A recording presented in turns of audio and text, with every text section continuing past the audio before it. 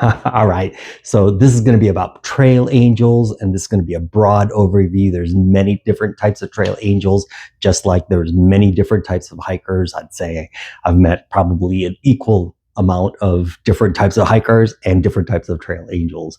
So this is a general broad overview. I cannot emphasize that enough. If you're going to stay with a trail angel, make sure you don't bring your mess with you. In other words, if you're going to go to the post office, pick up your resupply box, try to leave your bulk cardboard and bulk wrappers and anything else. Leave that at the post office, or leave that at public places where you can dump garbage, instead of bringing all of that bulky stuff to your Trail Angels place and dumping it over there. If you are going to bring it over to your Trail Angels place, make sure it's okay with them that you leave all your bulky crap there with them, because a lot of times, especially some of these that are in remote towns, they have to take that garbage to the facility. There's no pickup for that. So just make sure to be cognizant of that.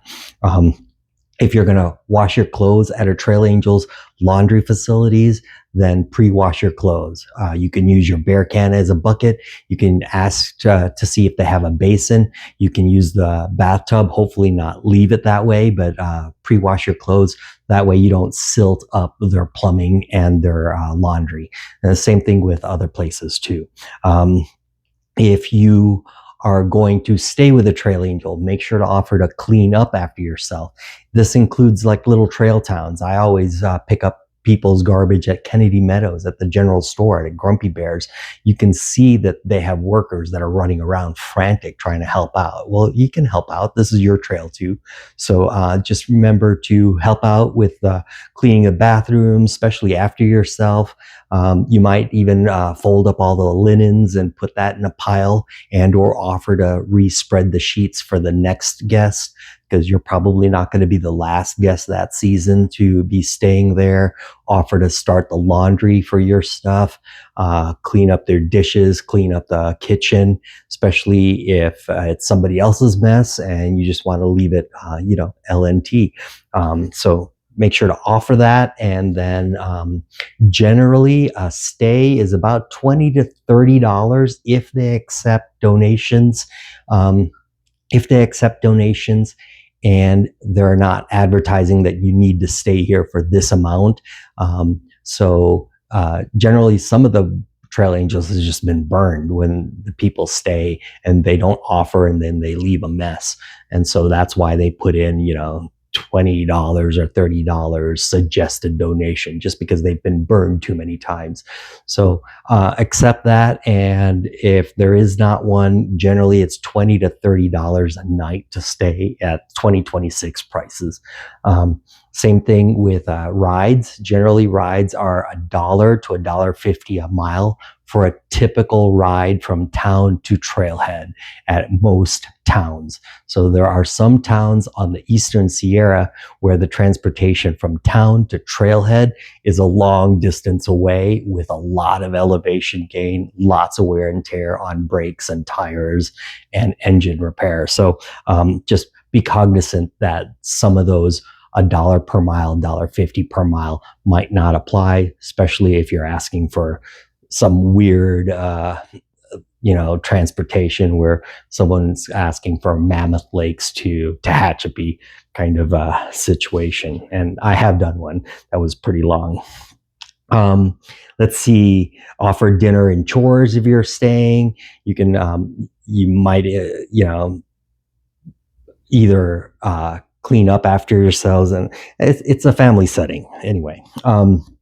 Offer payment, and then make sure, especially if it's a ride, that you discuss payments prior to getting into the car, and discuss payments prior to staying, because there are what I call trail vultures that will pounce on you if you're unsuspecting and they think you're going to be nice, and they don't discuss prices until you're in the car and you're driving off somewhere. And sometimes those prices are pretty unfair. So just discuss prices prior to getting in the car and prior to staying the night or committing to stay the night. Any of your trail angels will be happy to discuss those items prior to you getting in their car. If a hiker asks me, hey, how much am I charging? It's so easy for me to say I'm charging this much. I don't charge anything. So give that disclaimer. So just discuss payments ahead of time. You could always, if a trail angel like myself who doesn't accept donations of any kind, if that's the case, then you can ask if they would, if you could pay it forward to one of the organizations that a trail angel promotes, because oftentimes someone who is kind enough to pick you up also has kindness for some of the organizations that they promote. For instance, I like the Sierra Avalanche dogs. Well, you could always donate to the Sierra Avalanche dogs in my name. Then I don't have anything to do with your payment to the Sierra Tahoe Avalanche dogs. Same thing with other organizations. Or you could say that you're going to pay it forward to some of the trail angels that provide you water caches, which is always one of my favorites, because Devilfish provides actually, Devilfish wants you to donate to the Warner Springs Community Center, and Jim Beatty of Cash 22 has a Venmo, and Mike's Place at mile 127 has a Venmo as well. So you can always donate to them. Now, this is my disclaimer. You don't need to listen to this.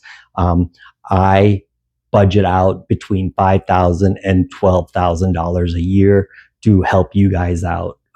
And that's why I know some of these prices are about typical for the PCT.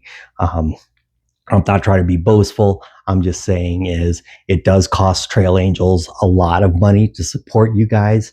And not that I ask people to appreciate that, but just be considerate that some of these people, they're asking for money so that they can continue to support you and future years. Okay, cheers, see ya.